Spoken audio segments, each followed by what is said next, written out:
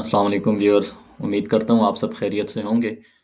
और यही जो हमारी फार्मूला की सीरीज़ चल रही है लेक्चर्स की, उसका अगला लेसन है जिसमें हमने कॉलम्स, मोड और मॉड, ये चार फार्मूले कवर करने हैं।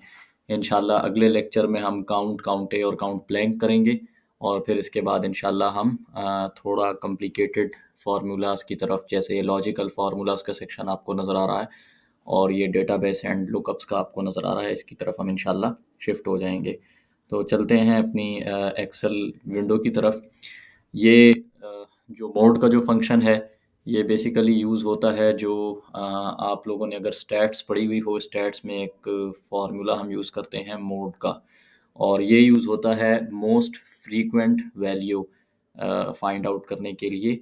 यानी जैसे फॉर एग्जांपल यहाँ पर हमारे पास एक कॉलम में वैल्यूज़ हैं, ठीक है। तो सॉरी, ये सारी फ्रीक्वेंट हो जाएंगी इस तरह। तो ये हमारे पास एक कॉलम में कुछ वैल्यूज़ हैं, और इसमें हम ये देखना चाहते हैं कि मोस्ट फ्रीक्वेंट वैल्यू यानी वो कौन सी वैल्यू है जो सबसे ज़्यादा इसमें रिपीट हुई हुई या बार बार आई हुई है। तो उसके लिए हम मोड का फंक्शन यूज़ करते हैं, equals to mod, bracket open, ठीक है। यहाँ पे आके आपने सेल रेंज दे देनी है, ब्रैकेट क्लोज, और इंटर प्रेस करें। तो यहाँ पे आप देख सकते हैं कि हमारे पास जो 2 नंबर है वो सबसे ज़्यादा फ्रीक्वेंटली रिपीट हुआ हुआ है, ठीक है। अगर मैं यहाँ पर इसको यहाँ पे आप देखें ना, अगर हमारे पास ये 3 जो है ये भी 2 दफ़ा रिपीट हुआ है, लेकिन ये है कि ज़्यादा जो रिपीटिशंस हैं वो 2 की हैं। 2 जो है हमारे पास 2, 3 और 4 जगहों पर रिपीट हुआ हुआ है, ठीक है।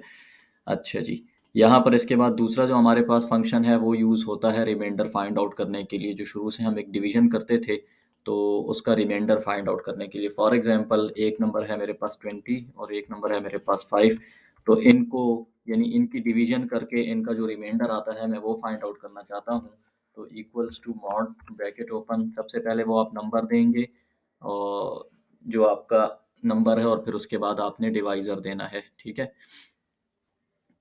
इस नंबर को आप डिवाइड करना चाहते हैं तो यहाँ पे आप ये नंबर दे देंगे, और उसके बाद डिवाइज़र किस नंबर पे डिवाइड करना चाहते हैं, यहाँ पे आप डिवाइज़र का सेल एड्रेस लिख देंगे, ब्रैकेट क्लोज, इनपुट, ठीक है। तो अब इसका आपको पता है 5 4 आर 20, और 20 माइनस 20 जो है ये रिमाइंडर हमारे पास 0 ही आता है। इसी तरीके से अगर यहाँ पे हम 100 लिखें तो भी 0 ही रहेगा, लेकिन अगर यहाँ पे मैं लिखता हूँ 7, तो फिर आप देख सकते हैं कि हमारे पास जो है वो रिमाइंडर 2 आता है, ठीक है। क्योंकि 5 के टेबल में यानी 5 वंस और 5 आ जाए तो उसके बाद फिर हमारे पास कोई दूसरा ऐसा नंबर नहीं है कि हम 2 को मज़ीद प्रोसेस कर सकें, ठीक है। वो डेसिमल लगाने वाली बात वो तो अलग है, लेकिन ये है कि यहाँ पे हमारे पास जो सिर्फ इन दो नंबर्स की डिवीजन से आता है वो हमारे पास रिमाइंडर 2 आता है, ठीक है। इसके बाद हमारे पास है कॉलम का। ये भी इंतहाई ईजी फार्मूला है, और ये यूज़ होता है हमने किसी भी कॉलम का नंबर फाइंड आउट करना हो कि ये कौन से नंबर का कॉलम है। जैसे फॉर एग्जांपल ये ए जो है ये फर्स्ट नंबर का है, ये सेकंड, ये थर्ड। तो अगर आप एक्सेल शीट पे बिल्कुल आगे तक चले जाएँ ना, तो यहाँ पे देखें अब ये हमारे पास ये इस तरह के वो कॉलम्स आ जाते हैं। तो इसका अब नंबर फाइंड आउट करना मुश्किल होता है, तो इस तरह के कॉलम का हम नंबर कैसे फाइंड आउट करेंगे। तो हम क्या करते हैं कि यहाँ पे आके equals to COLUMN column, bracket open, और यहाँ पे मैं लिख देता हूँ AH, यानी AH हमारे पास जो है वो कॉलम का नाम है, ठीक है। साथ 1 रो का भी लिख देता हूँ AH1। तो ये देखें हमारे पास 34 नंबर का जो है ये कॉलम है, ठीक है। इसके बाद यहाँ पे है हमारे पास कॉलम्स।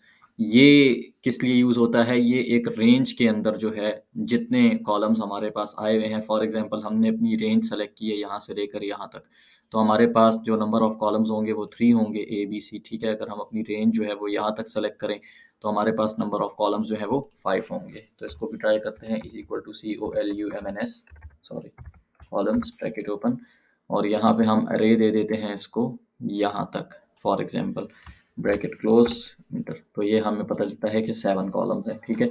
अगर हम G3 के बजाय यहाँ पे हम लिखते हैं जो हमने ऊपर दिया AH3, तो ये हमें पता चलता है कि हमारे टोटल नंबर ऑफ़ कॉलम्स जो इस रेंज के अंदर आए हुए हैं वो 34 हैं, ठीक है। तो इस लेक्चर में इतना ही, इंशाल्लाह मिलते हैं अगले लेक्चर में। तब तक के लिए अल्लाह हाफिज़।